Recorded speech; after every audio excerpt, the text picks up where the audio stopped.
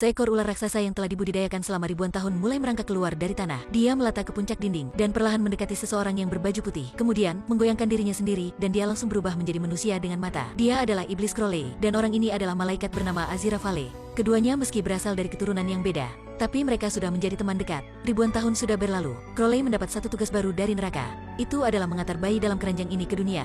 Bayi itu adalah perusak bumi, sang putra setan. Hal ini menandakan hari kiamat dari dunia akan datang.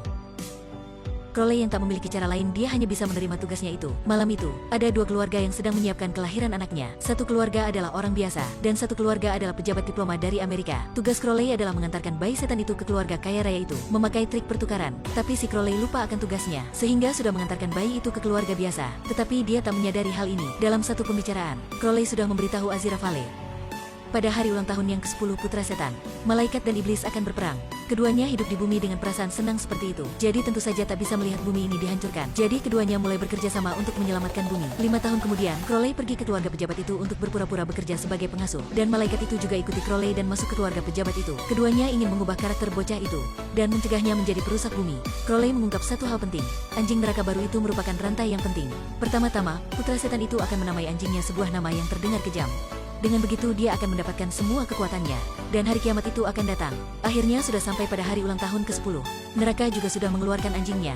Aziraphale dan Crowley terus mengikuti bocah itu. Tapi anjing neraka itu tak muncul. Sedangkan pada waktu itu, di rumah orang biasa, orang tua Adam sedang menyiapkan hari ulang tahun untuknya. Putra setan yang sebenarnya sedang bermain di dalam hutan, dan seekor anjing neraka yang kejam itu sedang berada di hutan. Dia menemukan pemiliknya, sang putra setan. Dia hanya menamai anjing itu, dan bocah itu akan mendapatkan kekuatan untuk menghancurkan dunia. Saya ingin ada seekor anjing. Baik, setelah itu orang tuamu akan berikan seekor anjing raksasa kan Adam? Tidak, aku tidak suka anjing raksasa.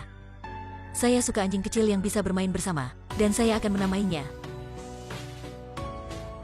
Momen ini akan memutuskan nasib bumi. Dalam waktu ini Adam yang sedang mencari nama, si anjing neraka juga mengeluarkan gigi seramnya, juga mengeluarkan geraman yang mengerikan. Saya menamainya anjing kecil.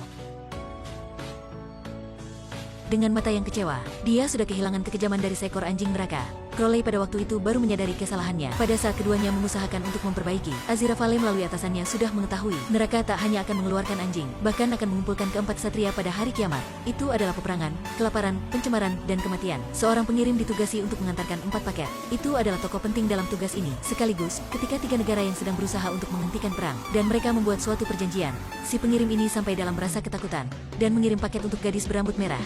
Dengan perhatian dari semuanya, dia mengeluarkan suatu pedang pendek, pedang yang mengkilap.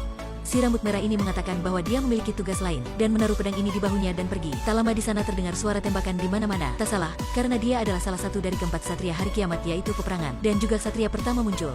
Di sisi lain, di restoran yang mewah, makanan-makanan di sini tak pernah kenyang, tapi suasana dan balon ini tak pernah berkurang. Tapi makanan ini menarik banyak orang kaya. Pemilik restoran berniat mengeluarkan produk baru yang semuanya dibuat manual, tapi tak memiliki nilai yang bergizi. Tak hanya itu, dia juga membuat pemakan makanan itu mengalami kerontokan rambut dan kegagalan. Pengirim itu tiba-tiba masuk dan mengirim satu paket untuk pemilik itu. Paket itu adalah timbangan perhiasan kuno. Dia sangat senang dan berkata, akhirnya sudah menunggu dan sampai hari ini. Tak salah, ternyata dia adalah salah satu dari keempat satria, yaitu kelaparan.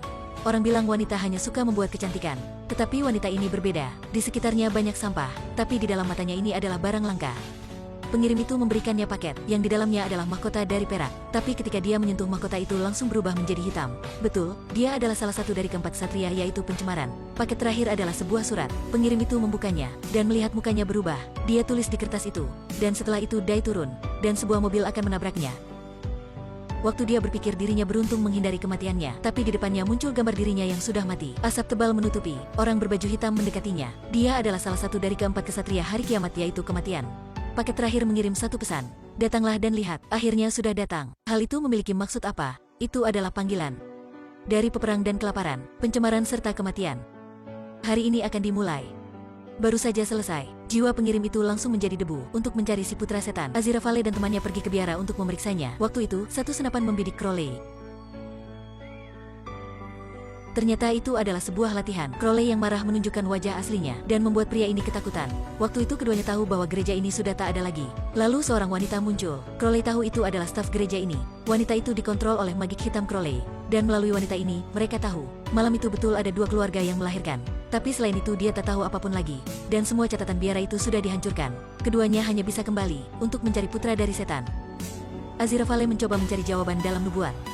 Dia mencari selama semalaman, akhirnya mendapatkan satu petunjuk, yaitu nomor HP dari keluarga Putra Setan ada sekitar 3 dan 6 nomor. Kode kota dengan kode daerah adalah 666. Aziraphale menelponnya.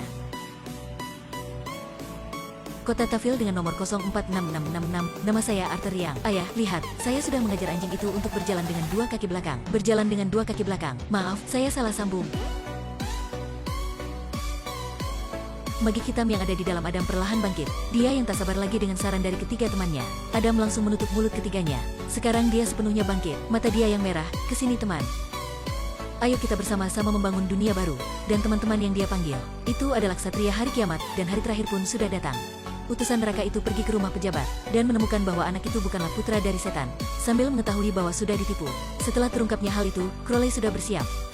Dan dia mengeluarkan senjata terakhirnya. Itu adalah air suci yang sudah disimpan lama. Crowley membuat jebakan yang sederhana. Si iblis baru memasuki ruangan itu sudah dibasahi oleh air suci itu. Jiwanya terbang. Utusan neraka pun ketakutan. Crowley mengeluarkan semprotan, dan utusan neraka itu melihatnya lalu ketakutan. Tapi tetesan air itu jatuh dari semprotan ke tangan Crowley. Utusan itu neraka menemukan bahwa itu hanya tipuan Crowley. Waktu itu Crowley dengan segera menghubungi, dan setelah itu masuk ke dalam telepon.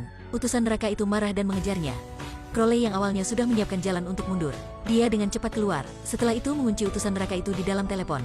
Putra setan yang sepenuhnya bangkit. Dia memerintahkan temannya untuk ikut bersama, tapi secara tak terduga ditolak. Setiap kalimat dari ketiga anak ini seperti pisau yang menusuk hati Adam.